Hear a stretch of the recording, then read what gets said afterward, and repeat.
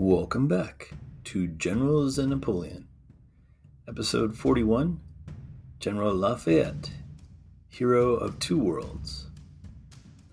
Before we get to our episode, I'd like to remind our listeners that we have a new YouTube page up for Generals and Napoleon where you can hear all of these episodes.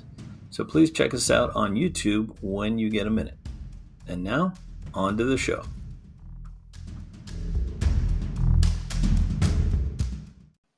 We have a very special guest for this episode. We have a fellow podcaster, Emmanuel Dubois, from the podcast Lafayette. We are here. Say hello, Emmanuel. Hello, John. Bonjour. Bonjour, exactly. Yeah. So I thought for this particular episode, we'd focus on one of the most famous generals, both in America and France, Lafayette. And I was hoping my good friend Emmanuel will tell us all about this interesting man. But before we get to that, can you tell us a bit about your podcast, Lafayette? We are here. What is it? What is that about? Yes, so my podcast is the French history podcast for the American public by a Frenchman, me. So I bring a French perspective on France's history because I found that in America, especially, there is a lot of interest for French history. Yep. But it often comes from the British point of view because, you speak the same language. So it makes a lot of sense. Right. But that means that you're often lacking the actual French point of view because it doesn't get translated or people will not look for those sources. And me, I was raised, I was born in France, even though I've been in Canada for most of my life. But, I have a French upbringing and culture and I studied French history. So that's why I'm trying to bring.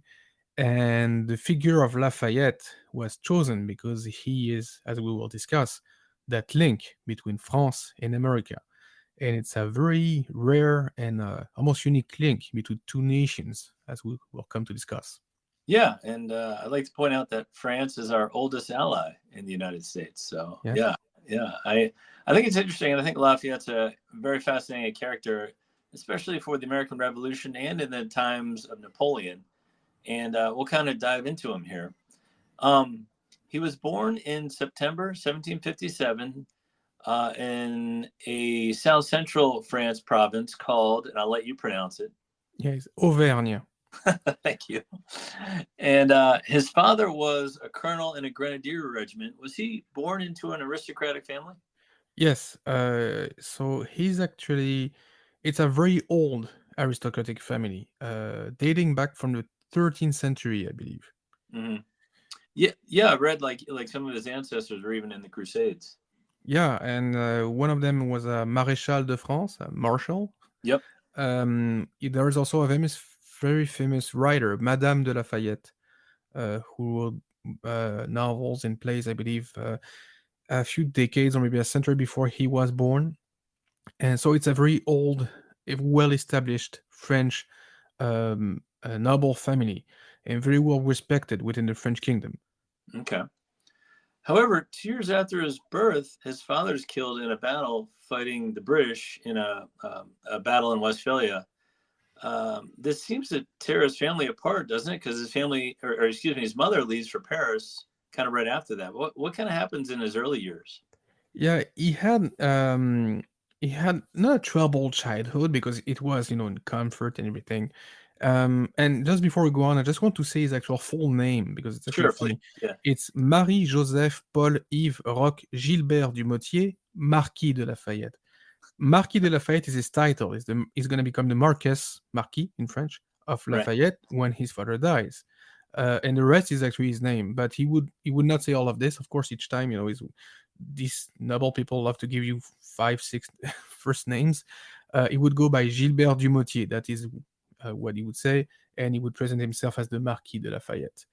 So he's brought up as your average French nobleman in the 1760s and 70s. That means he's going to be either a soldier or a clergyman. That's pretty much the two avenues that you could have as a young man in France if you were a nobleman. Right. And he chose the path of the soldier, just like his father before. And as you mentioned, his father died in Westphalia at the Battle of Minden. And that's going to leave a mark on the young Lafayette, because of course he's only 2, but he will never know his father. But he knows that he died during a war against Britain.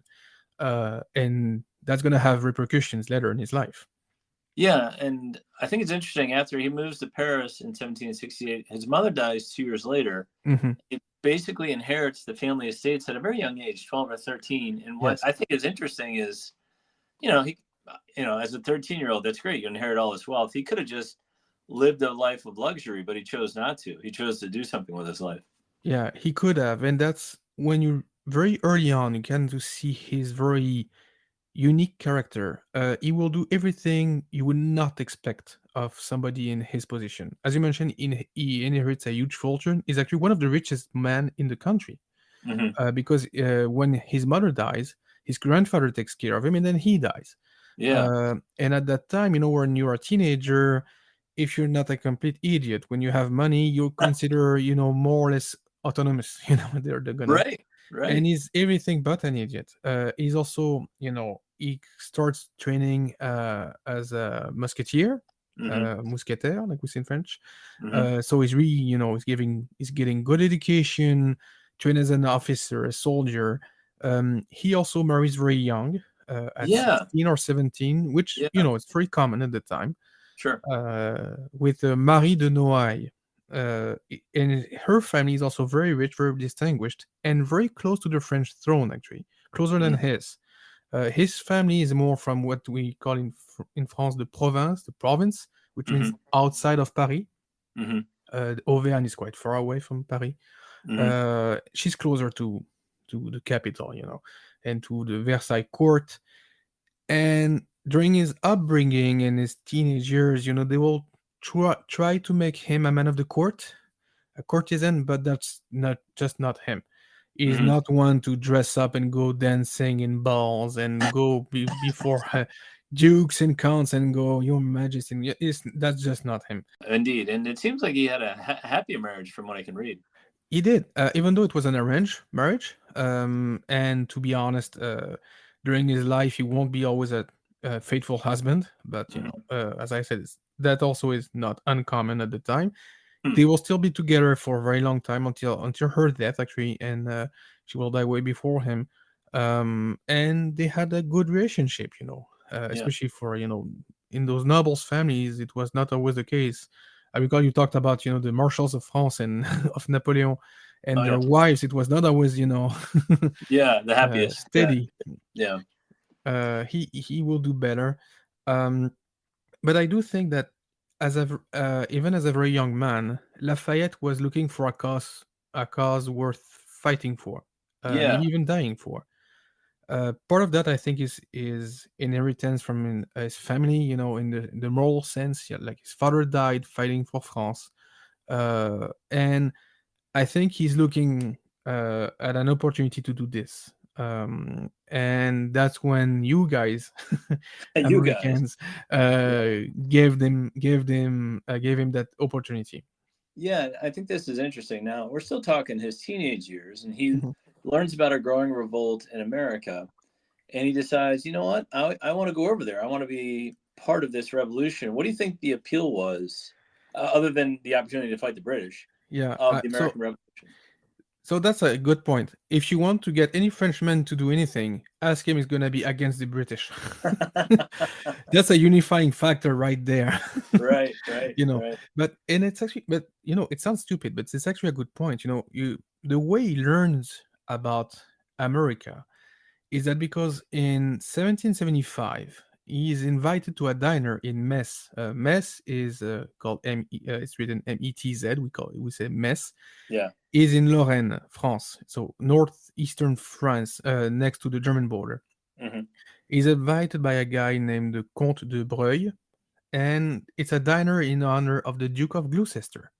That man is the brother of King George III. Okay. They have those fancy diners, and because of his family and his wife's family, he's invited to that diner. And he's only 17 years old. Right. And the Duke keeps talking about those damn American insurgents, as he called them, because in 1775, it's you don't have the Declaration of Independence yet, but trouble is starting to stir quite firmly. Correct. And hearing about this from that very petulant man, he's like, I'm gonna join this guy. Yeah. I mean, I'm exaggerating a bit, but it triggers something in him. I think he thought your cause was good, and Yeah. he recognized that the Americans had a point. Yeah. If we want to be independent, let us. Yeah. We're on country now. Right. And, Yeah. and it's funny because the Americans fought the French just 20 years before as part of the British Empire. Yeah, but there's a lot of new ideals out about democracy. Yeah, I mean, in the sense, he's very influenced by the Lumière, the French Enlightenment. Yeah. That's obvious. Rousseau and other French thinkers who believed in, self-determination, in liberty, individual freedom.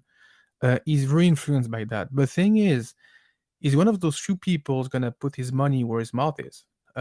He's gonna fight for it. He's gonna risk his life. He's gonna get wounded. He's gonna get imprisoned. He's gonna really put his life on the line for these ideals more than most philosophers or noblemen or soldiers. He's gonna be true to that his whole life, to the very end.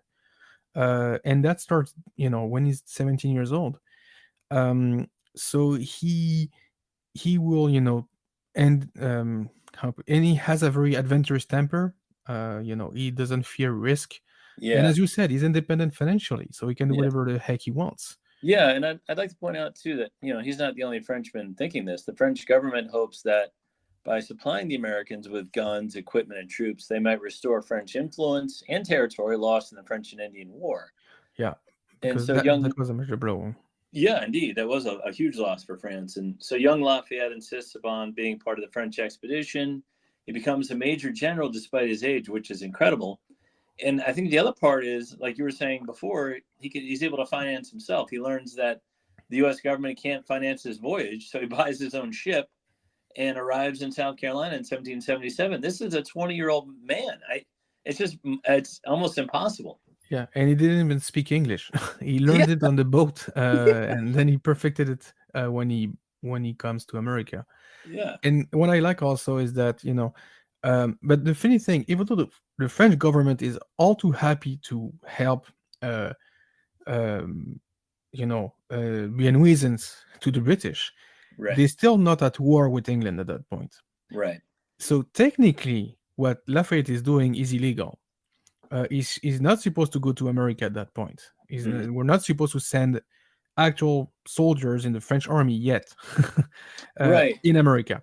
And I read that the king didn't approve this. Yeah. The king did not. Is actually, there is he should be arrested. Right. And actually, when he will come back to France, he will be arrested. But as we'll see, it's going to be more for form than anything else. Mm-hmm. And so he could be arrested by the French or the English, and he still manages to go all the way to America.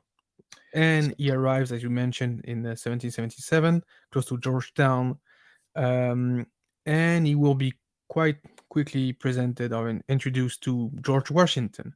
Yeah, does he bond well with Commander-in-Chief George Washington? I would say more than well. They become friends pretty quickly, and they're going to be very close friends for the remaining years of George Washington's life. I think there's kind of a father-son relationship there. There are 20 years difference. The fact that Lafayette never really had a father, and Washington is very impressed by him. He's made, as you mentioned, he's made a major general, and he sees that young man is brilliant. He's competent. He's a good soldier. He sees that he can bring. I mean, he's a good soldier, and the French soldiers, they had a good training. Yeah. And they're trained to fight against whom exactly? The British. So it's a good good addition to the Continental Army. You make a good point there, because he knows British tactics, because he's been trained to fight against that. Yeah, and the French knew that a war was coming with Britain. At that point, it's not if, it's when. And during the 17th, 18th centuries, they were just fighting each other all the time. Yeah. So yeah, this young lad is put in charge of American troops. He fights. His first battle is at Brandywine at the Yep. end of 77. He's wounded, a Yep. bullet to the leg, not nothing. Nothing Uh, serious. Yeah. yeah, but still takes him a few weeks to recover. And Mhm. again, fights in Monmouth. He proves a very able commander. Congress congratulates him. So from the get-go, he has quite a reputation and a good career as part of the Continental Army. Yeah, and he after the Battle of Gloucester, he beats a Hessian force in the pay of the British at Hmm. Gloucester. And he says something interesting, which I thought was very, I've never heard a general say. And he tells Washington, I'm here to learn, not to teach. Yeah, that was a quote. And I think I'm trying to figure out what he meant by that. Is he, even though he's a young man, he still wants to learn. He's not trying to be General Washington and be all important. Like, I think he's trying to learn as he's a general, which I think is interesting. Yeah, I think he always knew his place. Mm-hmm. He always know, and he never drove for power. That's something we're gonna see during the French Revolution a lot. At some point he could have been head of government.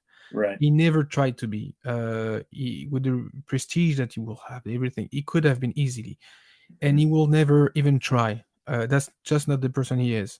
He, He wants to do what's good in his eyes, and that's not him becoming the big boss, if you will. yeah, he had no political aspirations. Yeah. No, and I Yeah. think that's part of the reason why Washington loved him so much, because he recognized that in that man, he was not, a potential competitor. Mhm. He was gonna serve the cause more than anything else. And Yeah. quick note: do you know the name of Lafayette's son? Is it George? Is George Washington. Actually, he gave them both names. It's George Washington in honor of his friend.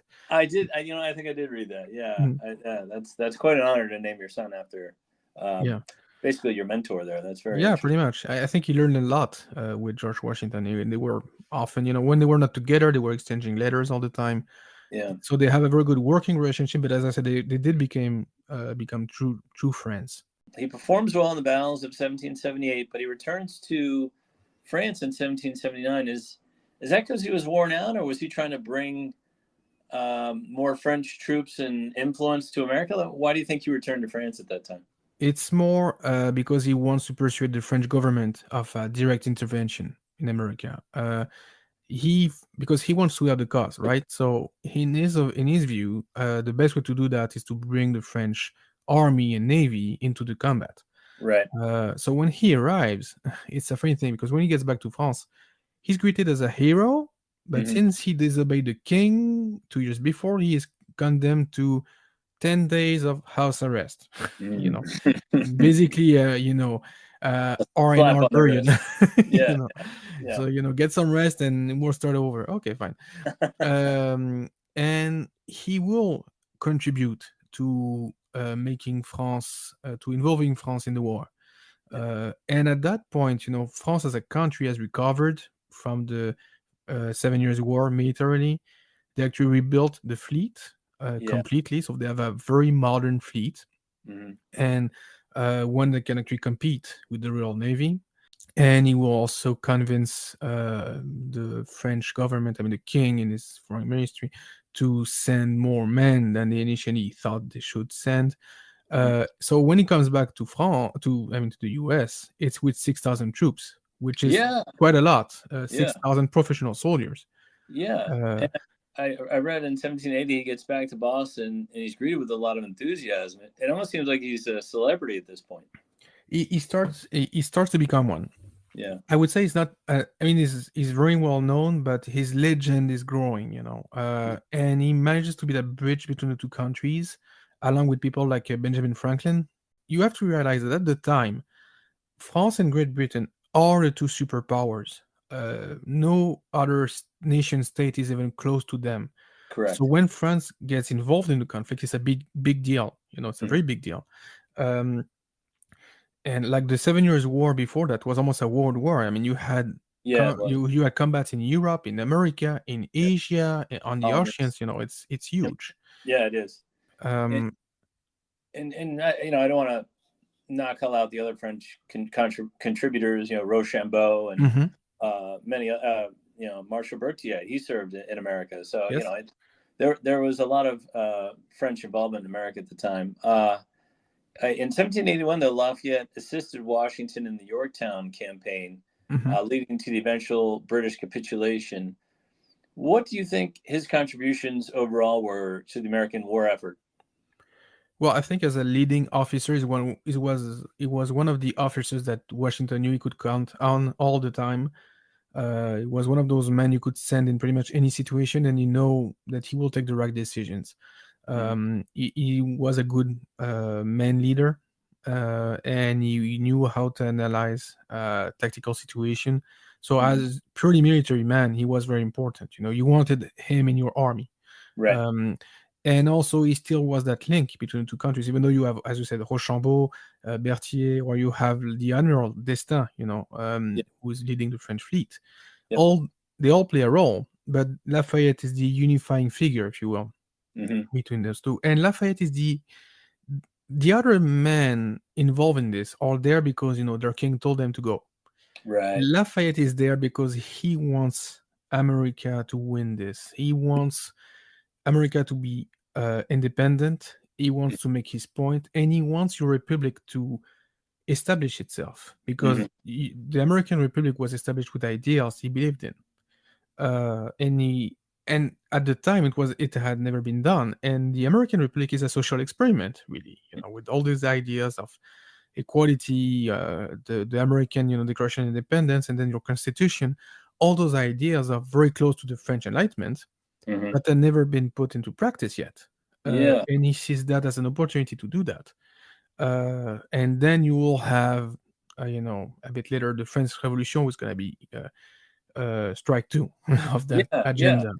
Yeah. I was going to bring that up. A few years later, after America wins its independence, Lafayette finds himself in the middle of another revolution, this time in his home country. What was his role during this chaotic time with, King Louis XVI is deposed and beheaded? How is Lafayette navigating this time? Because, it was a dangerous time to be an aristocrat and rich in Yeah, France. very dangerous actually. What Lafayette, even before the revolution actually starts, he's trying to help solve the situation because he knows it's coming. I mean, maybe not in the form that it took, but he knows that the country is in a bad shape. Mm-hmm. The French helped the American during the war, but that cost them pretty much all the money they had. Right, right. It was a very expensive war in a country that was actually with big financial difficulties. So it's kind of the last straw financially. And then you have all the French societal structure, which is about to collapse anyway. Mm-hmm. And Lafayette wants to modernize people, the French society. So, for example, in 1787, there is a nobleman assembly in France to try to bring some ideas to solve some issues. Mm-hmm. And he's advancing ideas of freedom, equality, and to hereditary privileges, even though he got his position because of them, but he wants to get rid of those. And his ideas are completely ignored. When you have the Estates General, which is basically the French king is summoning the French nobles, clergymen, and the commoners Yep. in May 1789, he is an elected representative Mm-hmm. and is putting forward the same ideas. So when the revolution erupts in July 1789, Lafayette embraces it. He doesn't want to kill the king. Right. That will take more time, and he will never be for that. But he wants change. He wants France to become a more egalitarian society. Right. So, because of his prestige and military experience, right from the get-go, he's named commander of the newly formed French National Guard. Mm-hmm. And the first thing he does is to destroy the Bastille fortress, the famous prison, Yep. which had been taken by the revolutionaries on July 14th. Yep. And he destroys it because he understands that it's a symbol of monarchy, of monarchic oppression. Mm-hmm. And he also creates the tricolor cockade for his troops, and those colors are blue, white, and red. Right. Blue and red being the colors of the city of Paris, and white being the color of the monarchy. And you have these together, and that makes the current French flag. So Lafayette created the French flag. Right. And he also very quickly has a hand in the writing of the Déclaration universelle des droits de l'homme et du citoyen, the Universal Declaration of the Rights of Man and of the Citizen, which is a pillar document in French and you could say even world history. Correct. To declare rights for everybody. He is one of the writers. But it won't last very long, though, because the French Revolution very quickly turns into a very violent affair, and Yeah. more of a power struggle than really freedom, fighting against tyranny. You have political factions that show up, and Lafayette is not a politician, so he very quickly loses political power. Is pushed aside by more extremist revolutionaries. And the last blow comes in June 1781 when the French king Louis XVI flees during the night along with his family. And even though he's caught and arrested in a city called Varennes, that's why we called it the flight to Varennes. Yep. Even though he was not going to Varennes, he was just passing through, but that's where they caught him. The problem is that Lafayette was in charge of the king's security. So, it looked bad on him. Some people even accused him of having helped the king, but he never did that. But, it just looked bad. Right. And I think they just wanted to get rid of him because he was not an extremist. He wanted a constitutional monarchy. He didn't want a republic, not at the beginning anyway. He basically wanted a country with good law and order and laws made to represent the people in a modern way, just like the Americans had done. It didn't have to be a republic. It had to be a good equalitarian society. Right. So he resigns in 1791. He retreats to his land in Auvergne. But he's very soon called back because the next year, basically the whole of Europe declares war on France, especially when we remove the king from power, establish the republic, and that triggers pretty much everybody declares war on France because they want to restore the old power. They're freeing what is happening in France. Right. And so he joins the army to defend the country against pretty much everybody else. But he still don't want the king to be, killed, even though it's not done yet. Right. And you have a lot of Frenchmen turning against each other at that point. It's before what we call the Terror, but it's getting close to there. And he decides that he should leave France. Yeah. And it's a sad moment. He has to flee his home country. Yeah, completely. He's that's the funny thing. He's labeled a traitor by the French revolutionaries, but he's labeled a revolutionary by everybody else. Right. So when he crosses the border, he's arrested by Austrian troops, and that's when he's sent to prison for 5 years for quote fomenting rebellions, end quote. Yeah, exactly. And it sounds a bit extreme. 5 years. I mean, that seems like a long time. It is. Basically, it was condemned for lifetime. And that's not until a certain Corsican general comes around that he will be freed. Yeah, let's talk about that. So, obviously the Reign of Terror kind of flames out. The Directory government comes in, and Napoleon is a general for the Directory government. He's not running the government just yet. But then in 1800, he's made his coup. He's first consul. And Napoleon helped secure his freedom. Yeah, it's actually when they did the Treaty of Campo Formio in October 1797, after the campaign of Italy. That's right. One of the demands of Napoleon in France are that Lafayette should be freed. And it's granted, at that point, the Austrian, it's not like they have much to say.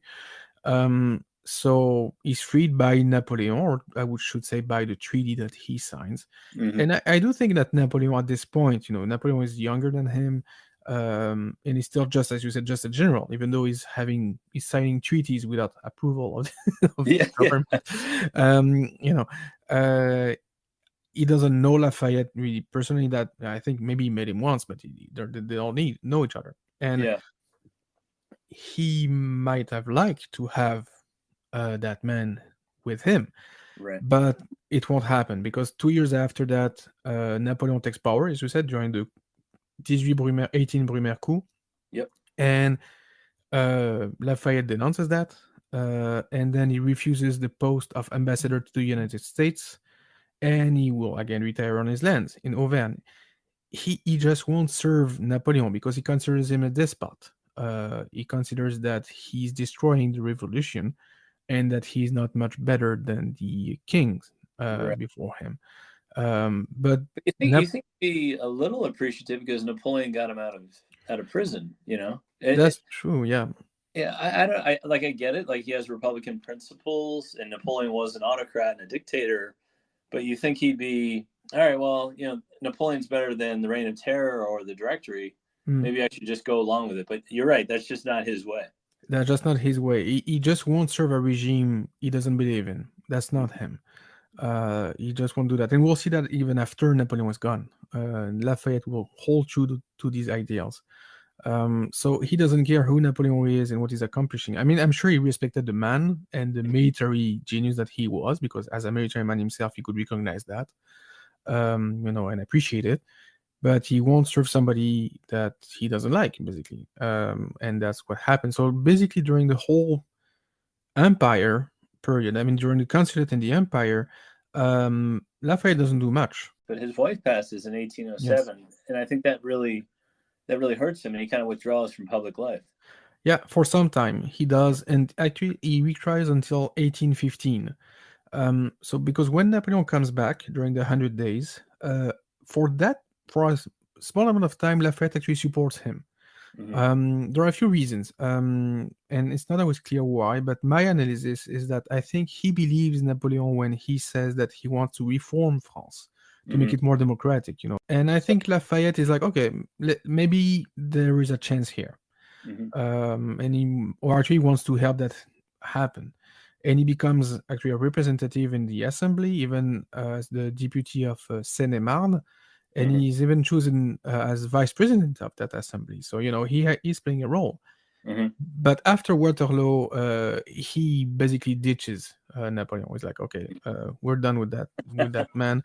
I think, like many people, he just wanted France to have peace. At that point, the country has been at war for over 20 years. Right. It's just not sustainable.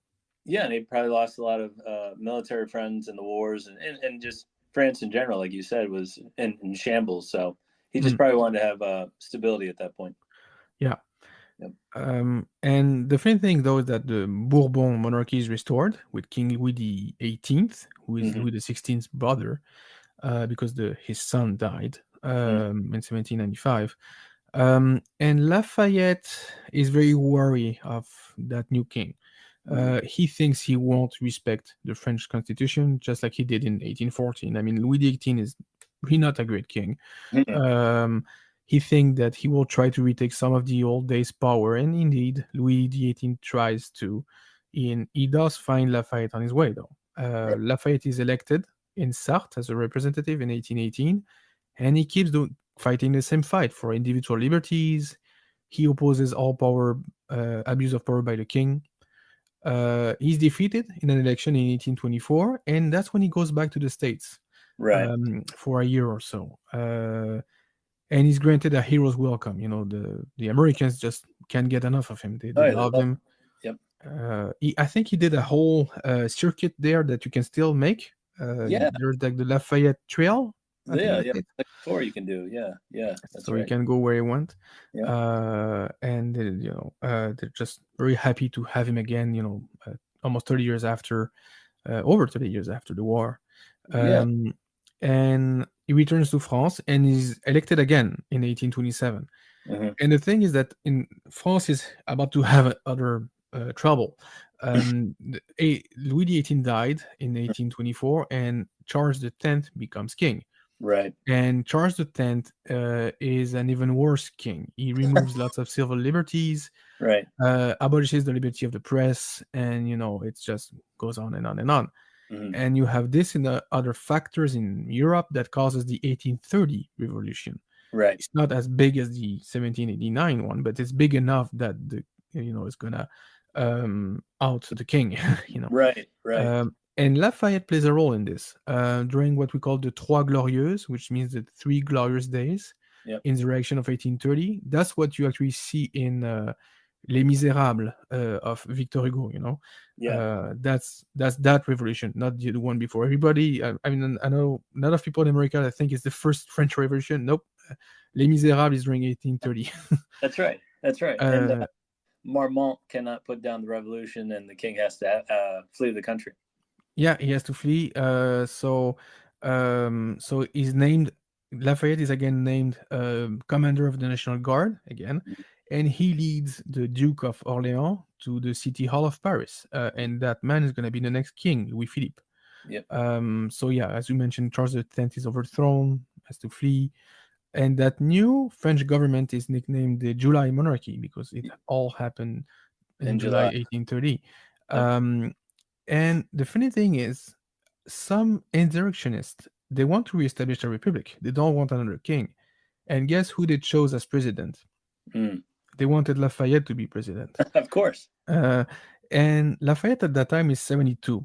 Right. And 72 in 1830 is like, I don't know, 96 today. It's especially for a man like him that's been fighting and in Right. prison. I can imagine. I mean, the guy was strong.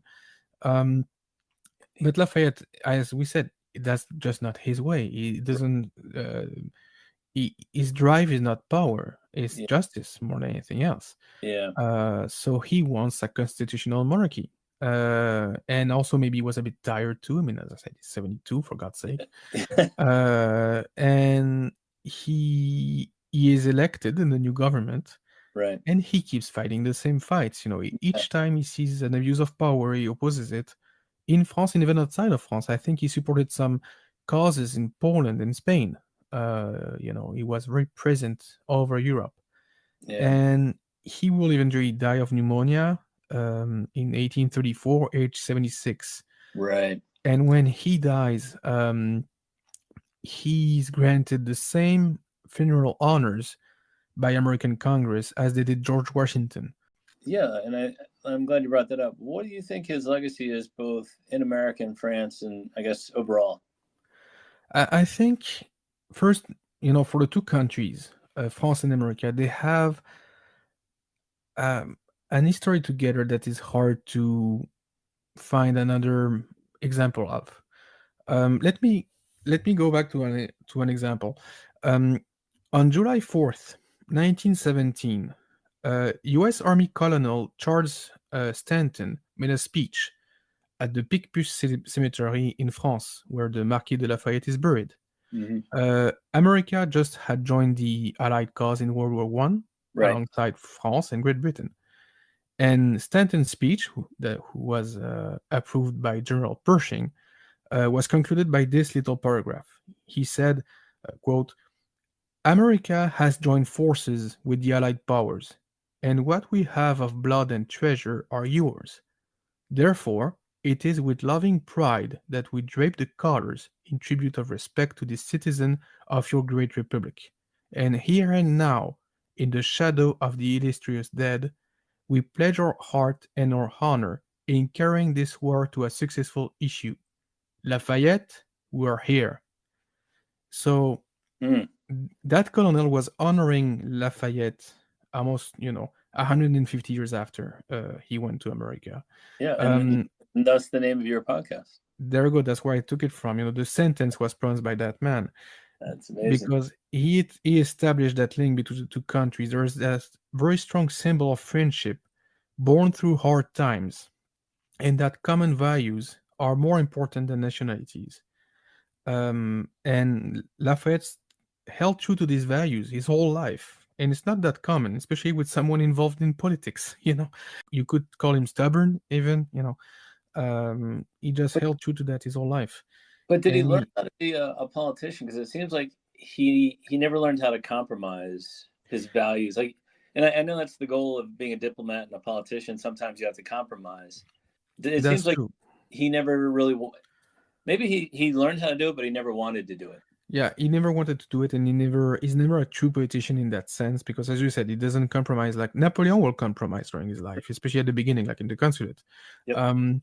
He won't. That's just not the man he is, and that's maybe why he never rose that high in terms of political life. Never really above a representative. That's just not the man he was. And I think in America you see him as that war hero, the man that helped you become independent. In France, we know about this, and it's very important in his legacy. The role that for a long time, the role that he played in the French Revolution was, how can I put it, a gray area. because the French Revolution is so complex. Yeah, there's a lot of And parts and a lot of gray area, like you said. yeah, and it was so violent, and still today, in France you have people who claim to be claim to have inherited the French Revolution ideals like completely. Almost Jacobin people, power to Right. the people to the max, almost no government and what have you, or very, very, you would say left wing maybe.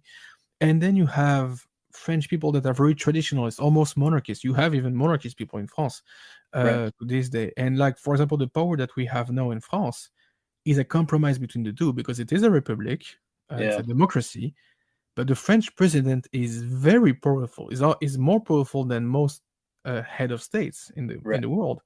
So it is that balance between France wanting to be a strong country with a strong government, and yet having the people have their say. That's very interesting. I learned so much in our chat right there about Lafayette that I didn't know, both his influence on America and France and the world in general. I really appreciate that. Before we go, Emmanuel, I do want to talk about your podcast one more time, Lafayette. We are here. And you also have a Twitter page, right? Yeah. So you can find the podcast on whatever platform you listen podcast on, or on LafayettePodcast.com. As for the Twitter page, it's at Lafayette Pod.